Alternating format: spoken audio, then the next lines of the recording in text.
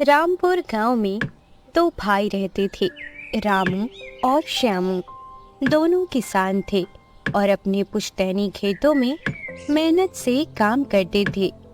रामू बड़ा भाई था, समझदार और मेहनती, जबकि श्यामू छोटा था लेकिन थोड़ा चालाक और लालची था।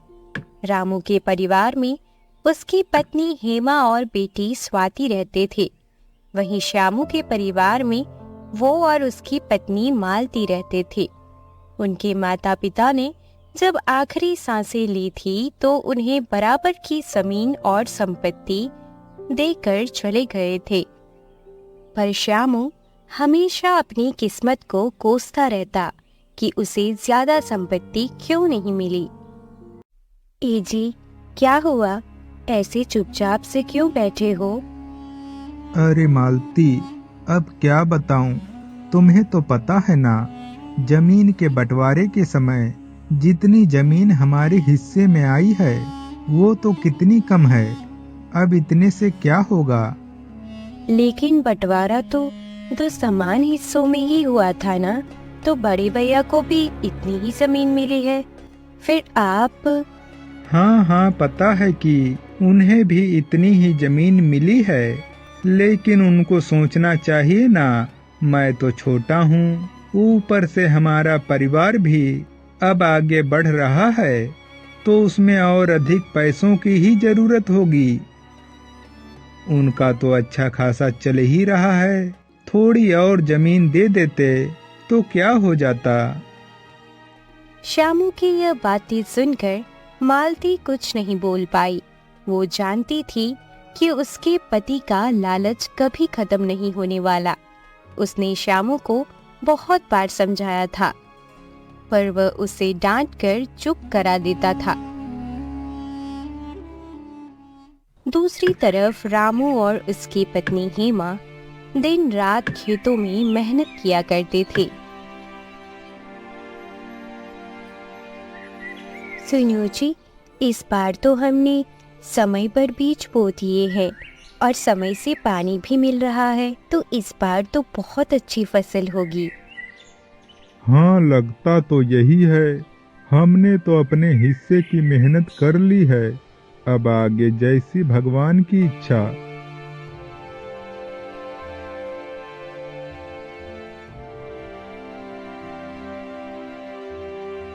चलिए, मुंह हाथ धो लीजिए, मैं खाना लगाती हूँ।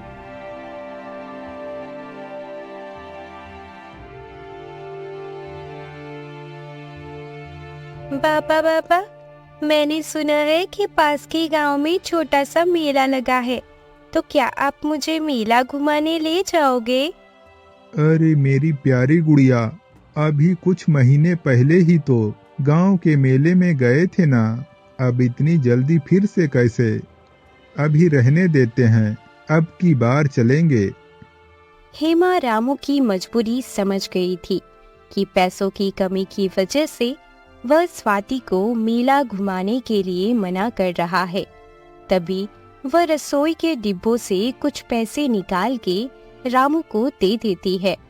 ये देखकर पहले तो रामू चौंक जाता है, फिर वह खुश हो जाता है। ऐसे ही दोनों भाइयों का जीवन चल रहा था।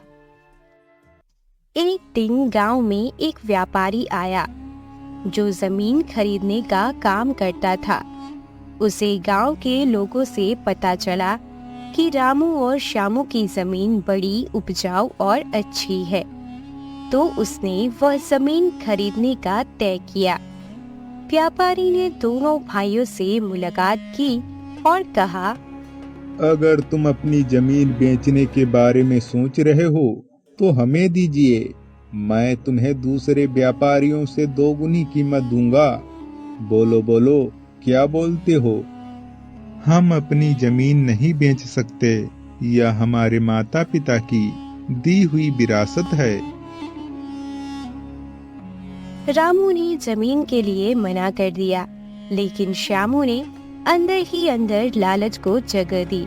उसने सोचा, अगर मैं रामू की जमीन अपने नाम कर लूं और फिर व्यापारी को बेच दूं, तो मैं और अमीर बन जाऊंगा।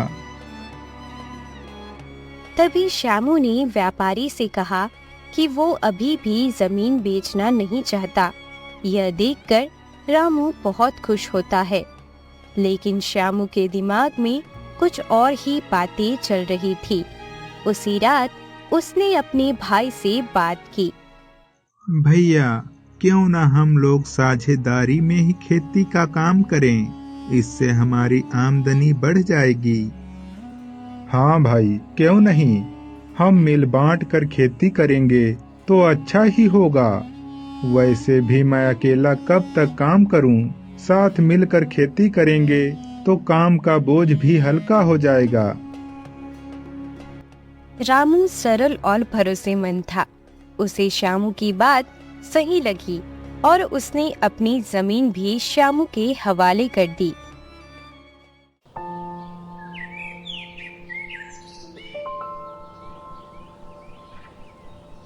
दूसरे दिन से ही दोनों खेतों में काम करने लगे।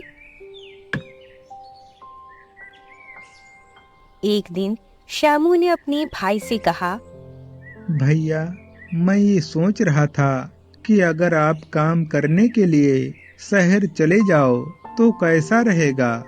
स्वाति भी अब बड़ी हो रही है, उसका भी अच्छे स्कूल में दाखिला हो जाएगा। मोहन बता रहा था कि शहर की बड़ी फैक्ट्री में बहुत से लोगों को काम पर लेने वाले हैं। अच्छा, ऐसा है? ये तो बहुत अच्छी बात है, लेकिन फिर खेत का काम कैसे हो पाएगा? आप उसकी चिंता मत करिए, मैं हूं ना, मैं सब कुछ संभाल लूंगा। इसी तरह श्यामू ने मौका पाते ही व्यापार के बहाने रामू को शहर भेज दिया। रामू को लगा कि उसका भाई उसके लिए अच्छे व्यापार के मौके ढूंढ रहा है, लेकिन श्यामू ने रामू की गैर हाजिरी का फायदा उठाकर व्यापारी के साथ सौदा तय कर लिया और पूरी जमीन बेच दी। उसने पूरी रकम अपने पास रख ली और सोचा कि अब वह अमीर हो गया है।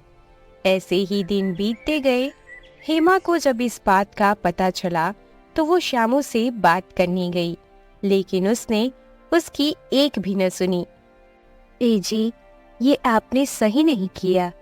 यूं बड़े भैया को बिना पूछे जमीन बेच देना गलत बात है। अरे, अब तुम मुझे सिखाओगी कि क्या गलत है और क्या सही? और इसमें गलत क्या है? वो जमीन मेरी भी तो थी, तो मैं जो चाहूँ वो कर सकता हूँ। तुम मेरा दिमाग मत खाओ।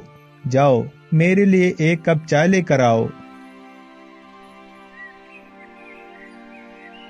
कुछ दिन बाद रामू गांव वापस लौटा।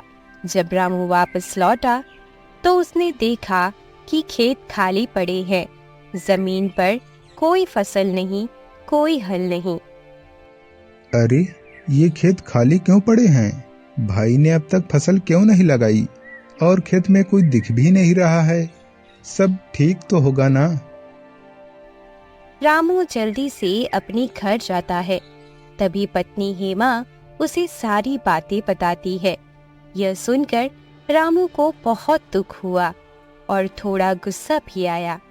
वह तुरंत श्यामू के घर गया। उसने श्यामू से पूछा, भाई, यह क्या हुआ? हमारी जमीन कहाँ गई?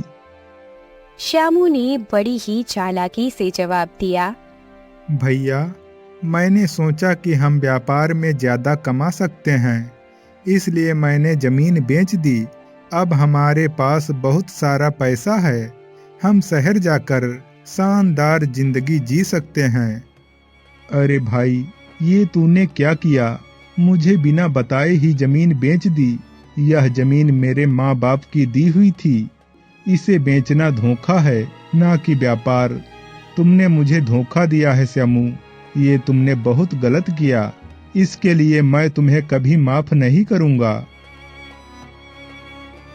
रामू के दिल में दुख और विश्वासघात की आग जल उठी।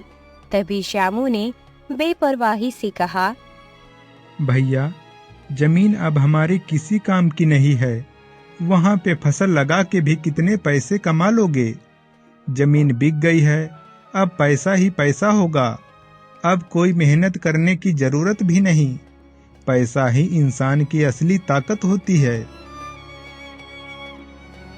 समय बीतता गया। श्यामू ने अपनी नई अमीरी में डूबकर शहर में ऐशो आराम की जिंदगी जीनी शुरू कर दी। तभी मालती ने एक प्यारे से बेटे को भी जन्म दिया। लेकिन रामू ने गांव में ही रहने का फैसला किया। उसने अपनी मेहनत के पैसों से एक छोटा सा खेत खरीदा और वहां फिर से खेती करने लगा। कुछ साल बाद श्यामू का व्यापार ठप हो गया। उसकी सारी जमा पूंजी खत्म हो गई। सुनिए जी, घर में राशन खत्म होने को है और मुन्ने की फीस भी जमा करानी है। उसके मास्टर जी कह रहे थे कि 2 दिन में फीस जमा नहीं की तो उसे परीक्षा में नहीं बैठने देंगे। कुछ कीजिए ना। क्या करूं, कर तो रहा हूं। अब सारे पैसे मैं अकेला खा गया क्या? नौकरों को भी तो छुट्टी दे दी है। अब क्या मैं खुद ही मजदूरी करूं? देखता हूं, करता हूं कुछ। तभी श्यामू अपने दोस्तों के पास पैसा मांगने के लिए जाता है। लेकिन जिन दोस्तों ने उसे अमीर बनने पर सराहा था, वे अब उसे छोड़ चुके थे। श्यामू अकेला और दरिद्र हो गया। उसकी हालत इतनी खराब हो गई कि उसे शहर छोड़कर वापस गांव आना पड़ा। जब श्यामू गांव पहुंचा तो उसने देखा कि रामू का छोटा सा खेत अब फिर से हरियाली से भरा हुआ है। गांव वाले रामू की इज्जत करते थे क्योंकि उसने कठिन परिस्थितियों में भी ईमानदारी और मेहनत का रास्ता नहीं छोड़ा था। श्यामू को अपनी गलतियों का एहसास हुआ। वह रामू के पास गया। श्यामू जोर जोर से रोने लगा और बोला, भैया, मैंने लालच में आकर तुम्हारे साथ धोखा किया है। अब मुझे अपनी गलती का एहसास हो गया है। भैया, क्या आप मुझे माफ कर सकते हो? रामू ने अपने आंसुओं को रोकते हुए कहा, श्यामू, मैं तुम्हें माफ कर सकता हूँ, लेकिन तुम्हारे धोखे ने हमारे माता पिता की दी हुई विरासत को बर्बाद कर दिया है। मुझे इस बात का बहुत बुरा लगा। तुम्हें लालच से हमेशा दूर रहना चाहिए था। श्यामू की आंखों से आंसू बह निकले। उसने सच्चे दिल से कहा, भैया, मैं अब समझ गया हूँ कि पैसा सबसे बड़ी दौलत नहीं होती है। जो सुकून और संतोष मेहनत से मिलता है, वह दौलत से खरीदा नहीं जा सकता। मुझे अपने किए पर पछतावा हो रहा है। रामू ने श्यामू को माफ कर दिया और उसे फिर से अपने साथ काम करने का मौका दिया। दोनों भाई मिलकर खेत में काम करने लगे। लेकिन इस बार श्यामू के दिल में लालच नहीं था।